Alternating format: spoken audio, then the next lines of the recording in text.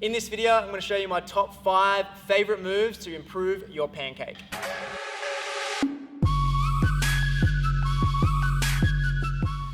So this is the pancake. We're going to show you a few different drills today that I use in my practice.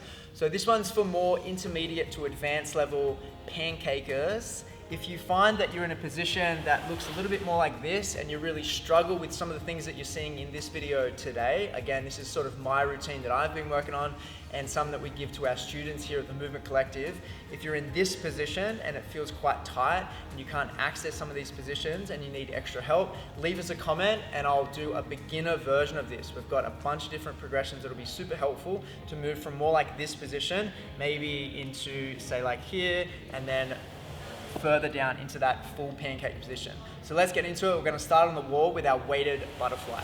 So starting with the weighted butterfly, Jenny is here with her back against the wall. I like to rest my head against the wall as well. And trying to get your butt as close to the wall as possible. I probably have my butt a little bit further away from the wall than Jenny, but it really depends on your setup, how it feels in your body. So just find one that works for you. Definitely back on the wall and head on the wall to create that relaxation. More points of contact, the better for this one. Again, if you're starting out, maybe you're up here somewhere, but you just allow the knees to drop into their full range of motion, wherever that is, with the feet together.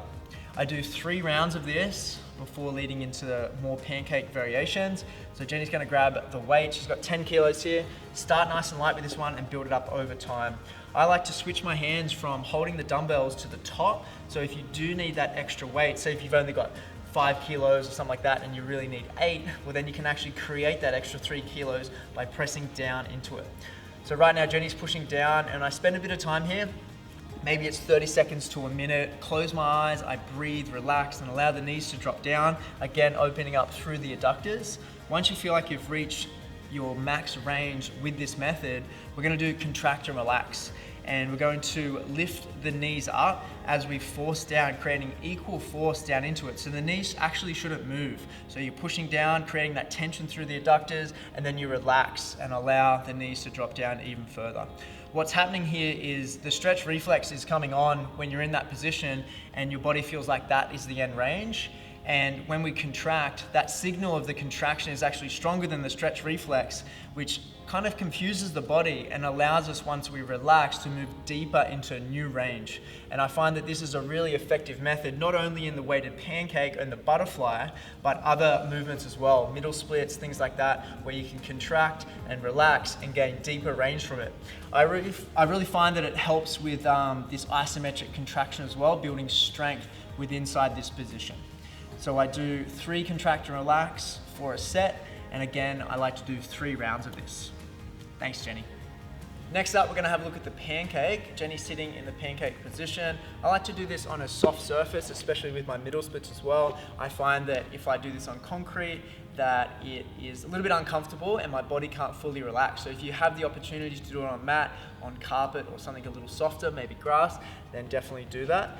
So you wanna have your legs not fully in a middle splits if you can access that range, but I like to bring it in and find a position that is stable and feels really strong. So Jenny's found her position here. What I like to do first is a dynamic warm-up or dynamic pancake, and I go through a bit of a sequence to warm everything up in different ranges, get the body moving, and then I lead into the weighted pancake. So I just do 1 round of this with higher repetition. Jenny's going to show us now. We're going to go to the side. What we're doing here is pulsing to one side. We're stretching through the side of the body, so the rib cage into the hip, into the lats, and we're trying to reach that hand over the top as far as we can, utilizing that pulsing motion to gain more range. So reaching up over the top, trying to straighten this arm and reaching it so we're getting as much range as possible. Each pulse you want to try to gain a little bit more range of motion, and about 25 reps on each side normally does the trick. From here I move straight into twisting. So I'm moving across the body like this, going left to right, trying to focus on this anterior pelvic tilt. So tilting the pelvis to try to stick your butt out in this position, leaning as far forward as you possibly can. So Jenny's got her chest forward, moving from side to side. Again, about 25 reps of this one. Next, we're going to pulse forward, so working on that direct pancake position. I normally start like this, pulsing forward, nudging either something like a yoga block, nudging that forward, or pretending like you're nudging it forward. until you can get into this position, and then I change it from pulsing forward into pulsing straight down. So again, I'm working on that pelvic tilt here, and I'm working on pulsing my chest down to the ground. This is also a nice little chest opener or shoulder opener here as well. So again, 25 reps of each movement, moving through, just getting that body prepared, ready for that weighted pancake. Next up, we're moving to the bread and butter of the pancake, or opening the pancake position, and that is our weighted pancake. Jenny's got a 10 kilo plate here. You're going to start nice and light, I would say 5 kilos. I've built this up to say 20 kilos before, but in recent times, 10 kilos seems to be enough. So just find out what works for you. You want to go nice and slow with this one. So we're moving from the top of the position. We're trying to keep that anterior tilt as far down as we possibly can. So just go nice and slow, Jenny. So slow, as far down as you possibly can. You're going to reach a limit. Eventually you can go all the way down straight. But what we're going to do first is go all the way down to here, and then we're going to roll through the spine. We're going to round the spine out and then come all the way back up to the top. Again, like I was saying before, in terms of the leg position, if you're too wide, you're not going to have the stability to move in and out of this position. So at this point, you might want to bring the legs in a little closer. So Jenny's going from here, trying to keep the spine as straight as possible, and then rolling through the spine, trying to get as deep as you can. So Jenny's going to try to touch her elbows down as the first point of contact. Nice, come all the way back up. The next point of contact we want to try to get is you move the elbows out, and we try to get the top of the head all the way down to the ground. If you want, you can use your yoga block here as well, and then all the way back up. And then the next point of contact is the nose. So these are all checkpoints along the way to your flat pancake. Come all the way back up. Then we're going to go down to the chin, all the way down, touch the chin, and come back up. The next one is the chest, getting Jenny doing plenty of reps right here. And then the last one is the stomach. So with this one, we want to keep that anterior tilt the whole time, touch the stomach down onto the ground, and then you'll come all the way back up. That's it. And then on the last rep, we come all the way down. So once you've completed 10 reps, either one of those checkpoints is good. Try to increase it each rep or each session that you do. You want to place the weight roughly in the middle of your spine. I've seen some people do this with a kettlebell or a barbell. I don't like that as much because the barbell the weight sits across the neck and the upper back. This plate is 10 kilos and it's distributed evenly across the back, and I find this super helpful, especially in this position, this passive position where you can just breathe and relax, and you'll be able to flatten out the entire spine by using the weight. So right now, Jenny is nice and flat on the ground. What you can do to go even deeper into it is use the breath. So spend plenty of time here, 30 seconds to a minute, maybe even longer if you're feeling okay. You can creep the hands out and start to tilt the head. So instead of having the nose on the ground, you can extend the neck so you get the chin on the ground. And this is going to encourage the back moving from this flex position or neutral position into this extended position. You can see Jenny's nice and flat here. This position is going to be very helpful for your press to handstand, your stall to presses, and any of your acrobatic movements as well. So this is a movement that I practice a lot. I'm going to show you one more thing that's super helpful, and that is your compression work. When I get to this stage of doing my weighted pancake, I like to combine it with compression work. So compression is your ability to compress this range here, so your chest into your quads actively. And again, this is very helpful for your press to handstand and your stall to presses. So Jenny's going to give us a demonstration of this now. You're going to place your hands on the ground, and there's two different types of this one, or maybe there's three. We can do the pike position, which we won't show you on this video, so you can have the legs together. But I think for most of us, we're doing the straddle press, stall to press. We're going to need to be compressed in this position, in the straddle position. So I mostly do this one. So just lifting the legs straight up and down. We're trying to protract, trying to get as much weight forward as possible. If this is too challenging, you can bring the hands back and lean back as far as you need to, because this can be quite brutal in the beginning. When your hip flexors, you're going to be cramping. What also can happen as well, people start to bend their legs, or they're just moving through their feet like this. What you want to do is flex your quads as much as you possibly can, point the toes, and move from the hips only, so we're strengthening those hip flexors in flexion.